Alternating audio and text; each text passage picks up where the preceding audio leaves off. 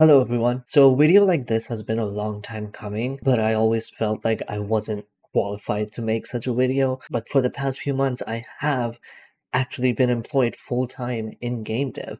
So I can finally make this guide. This is going to be my definitive guide on how you can actually get a job in game dev. I will say this is based on my experience alone, so obviously it may not work for you. And also this is mainly going to be for programming roles. I'm sure my methods could probably be followed for other roles in terms of like game design or art, but I do not work in those fields and therefore I can't really advise you about that. Either way, if you are in those fields, I'm sure you can still keep watching because it is the games industry and maybe you get something out of this. But anyways, let's jump into it. So there's going to be three main aspects of this. One being the portfolio, two being the prep, and three being the psychological manipulation of human kindness, or PMHK for short. So let's quickly jump into part one, that being the portfolio. I cannot stress this enough, but you need to have a portfolio because it shows off that you're actually able to do what you're telling someone that you're wanting to do. I would recommend having like 4 to 5 projects on a portfolio. A portfolio is preferably just a website link that people can click to go see, what you're up to, your project, something about you. Possibly it pops out at them a little bit just so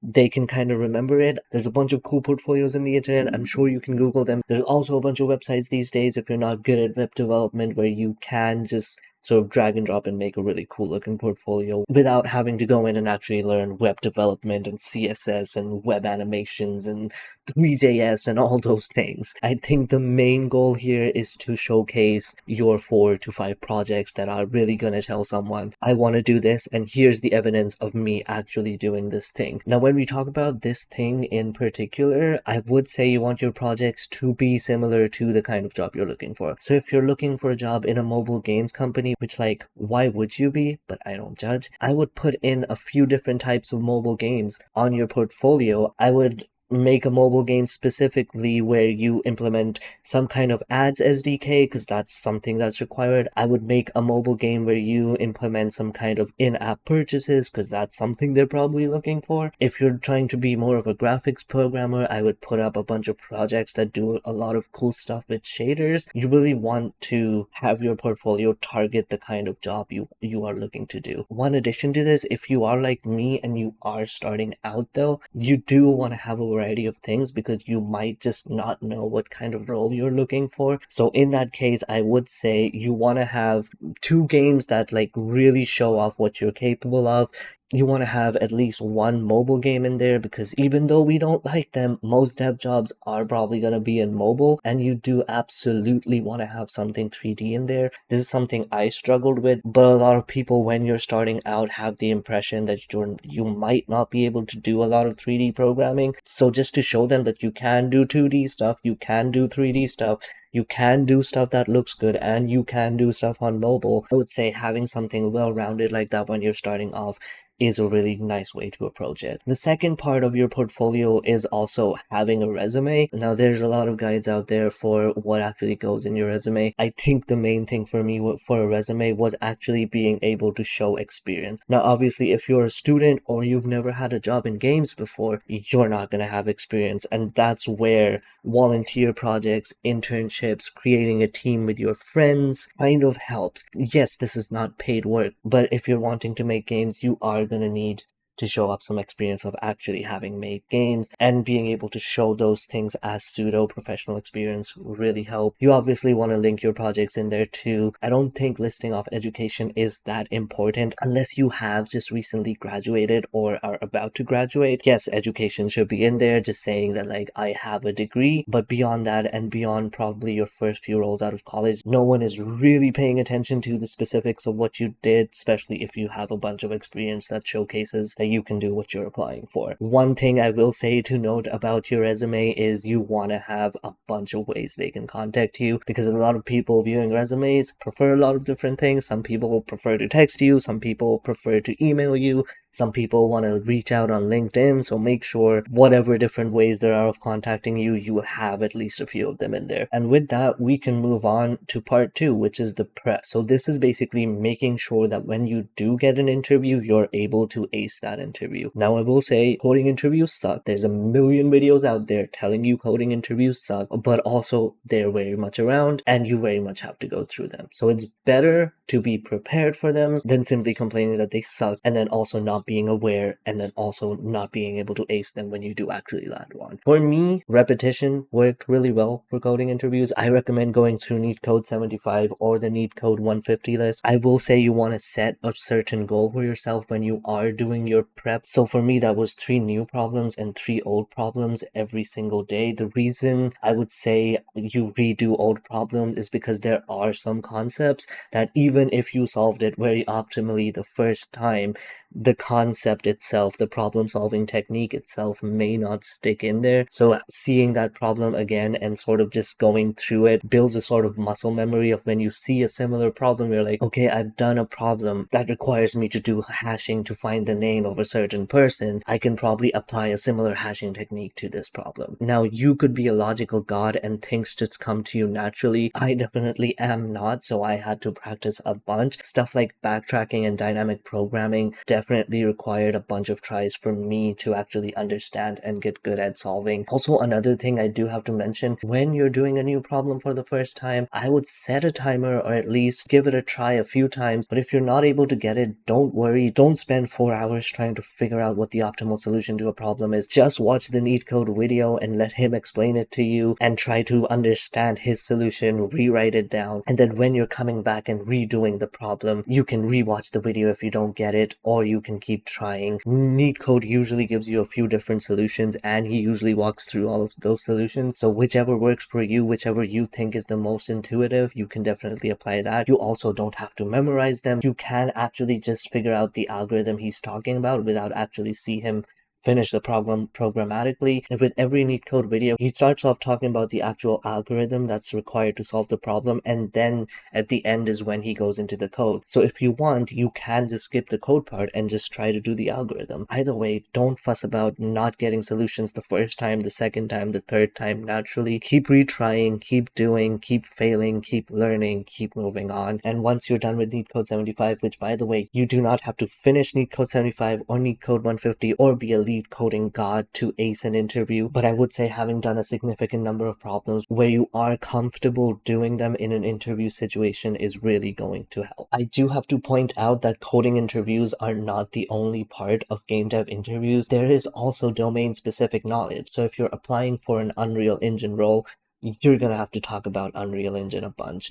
You're going to have to answer questions about Unity if you're applying for a Unity specific role, and you definitely are going to have to answer a bunch of questions about basic programming things like object-oriented programming as well. So I would say do brush up on these things, and by brushing up, you don't have to memorize or know everything. Watch a basic Unity tutorial that goes through all the basic things that people need to know about Unity. Do the same for Unreal. Maybe watch like a college refresher video on object-oriented programming, solid principles, polymorphism, just so you kind of have a basic remembrance of the facts and you can quickly explain these things when asked about them. So there is one thing I will say, you could be the best at doing lead code, you could be the greatest at memorizing facts about object-oriented programming, but there is an aspect of interviews that is the performance. And I think the most important part is actually the performance. An interview usually is a conversation. So what the prep actually entails is making sure you're confident about all the content stuff they're going to talk about, whether it be a coding interview problem, whether they're asking you to design a ULM diagram, or they're asking what polymorphism is, making sure that you are confident about the content so that now when you're actually having a conversation with the person that's asking you these things, you can actually perform and make it a good time for both them and you. Let's be honest, an interview is basically a date where the person's trying to get to know you. So as good as you can make them feel about you, they're probably more likely to be impressed. So when you're in there actually interviewing, you're trying to keep this person engaged. You're trying to let this person know that, yeah, I know my stuff, but also you're part of the conversation. So let's talk about this algorithm before I go write it out. Let's talk about what this class diagram would look like. Let's get your opinion on things. Let's get my opinion on things. Let's figure this out together, even though it's probably just going to be me kind of telling you what I've prepped. But let's try to make this a collaborative approach. So when you walk out of this room, you think you really vibed with that guy, and you are probably going to move me forward in the interview process. Oh, also, I will say a lot of coding interviews don't really happen on an IDE, and even if they do happen on an IDE, a lot of IDEs will point out syntax as well, so you don't have to be the best at programming syntax when you're actually doing a coding interview. I think as long as you're good at your algorithms, you should be fine. Do not worry about being the best at Python or C++ or whatever. As long as your algorithms are okay, you can even just be writing pseudocode, and they should be able to understand it. So now we have a portfolio, and we're prepped for an interview. But how do we actually land an interview? Well, I think that's where the psychological manipulation of human kindness actually comes in. And yeah, I'm just making up a really long name for this because it sounds funny. This isn't technically manipulation, but it does involve psychology a little bit. And I think this is the most important part, which is you need to stick out and people need to actually remember you. The days of submitting resumes to job postings are long gone. A new job posting pops up, and within an hour, AI bros and their resumes are just flooding the gates, and there's 1,000 applications, and you barely stand out. So, as controversial as this may sound, I don't think applying to a job opening will actually land an interview anytime soon for you, especially if you're starting out just like I was. The only way that someone like me or you, when we're starting out, can actually land an interview is if someone who is important, who actually knows you, actually refers you and gets you in. So you have to stick out and get known. Now, one way that I found effective of sticking out and getting known is actually going to events where people who you want to work for or people who work at companies that you want to work for will be at. If you stalk a bunch of CEO types on LinkedIn, they will usually post that they're going somewhere. You probably also want to go to that event. And by the way, there are online events. This works just as well as an online event. I know a lot of people will complain that, oh, I live in a small tiny village or a small tiny country. There are no events around me. I live in Pakistan. I did this. You can do it too. There's probably stuff happening in a bigger city near you. Even if you're in a small country, there is at least one game studio out there. So anyway, you want to go to these events. You want to go to the panels, the discussions, wherever these CEOs or these executives or these people are that you want to work for, and you just want to have a conversation. You just want to show them that you're a game developer, you're interested in games, you like the stuff they're making, get to know them, get them to know you, and just wipe. Just wipe. Do not ask for a job at these events. This is not the place where you want to appear desperate. This is the place where you want to appear like you know stuff. This is the place where you want to stick out. You don't want to be just that person that came up and asked for the job. You want to be the person that came up and had a really nice, memorable conversation. If you're able to book one-on-one time with these people at these events or after these events, that's even better. So now you have one-on-one time for them to get to know you and for you to get to know them, and you want to leave a great impression. Again, treat it like a date, riz them up, show them what you got, say what's up, girl. Do not ask for a job. But that does raise the question, when do you actually ask for a job? I don't think there's a rule, just like there isn't a rule about texting after a date, but I will say wait for a little bit and then you hit them up. And now, because they know you, because they met you, because you left an impression, you are not now just somebody texting them asking for a job. You are now someone they know that they can actually help out. And so they're not just giving you a job, they're giving an opportunity to someone they know. And most people are more likely to give an opportunity to someone they already know than a random resume in a pile. Now you have a cool resume and a portfolio to show off, you're prepped to ace all your interviews, and you actually have a method to go get an interview. The rest, I think, is up to you and how you handle it. And obviously, it may not work the first time or the second time or the third time, but you want to keep trying, you want to keep getting better. Also, this is just my method. It's not foolproof. It worked for me. It may not work for you, and that's okay. If something else did work for you, feel free to comment it down below. Let's all help each other. I do want to mention one last thing before I sign off though, is that I do think in order to get a job in video games, you do kind of have to be passionate about video games. Sure, there are people in the games industry that don't play games or don't really know much about games, but for me, at least, I can't see myself doing anything else. And so when I talk to someone about game dev, I think that shines through, and I think that is one of the reasons that I stand out. This is more of just a personal opinion. It doesn't have to apply to you. but at least that is what I believe. So if you've made it this far, feel free to subscribe, and remember, you are all stars. So keep burning bright and showing the world your light. I'll see you later. Bye.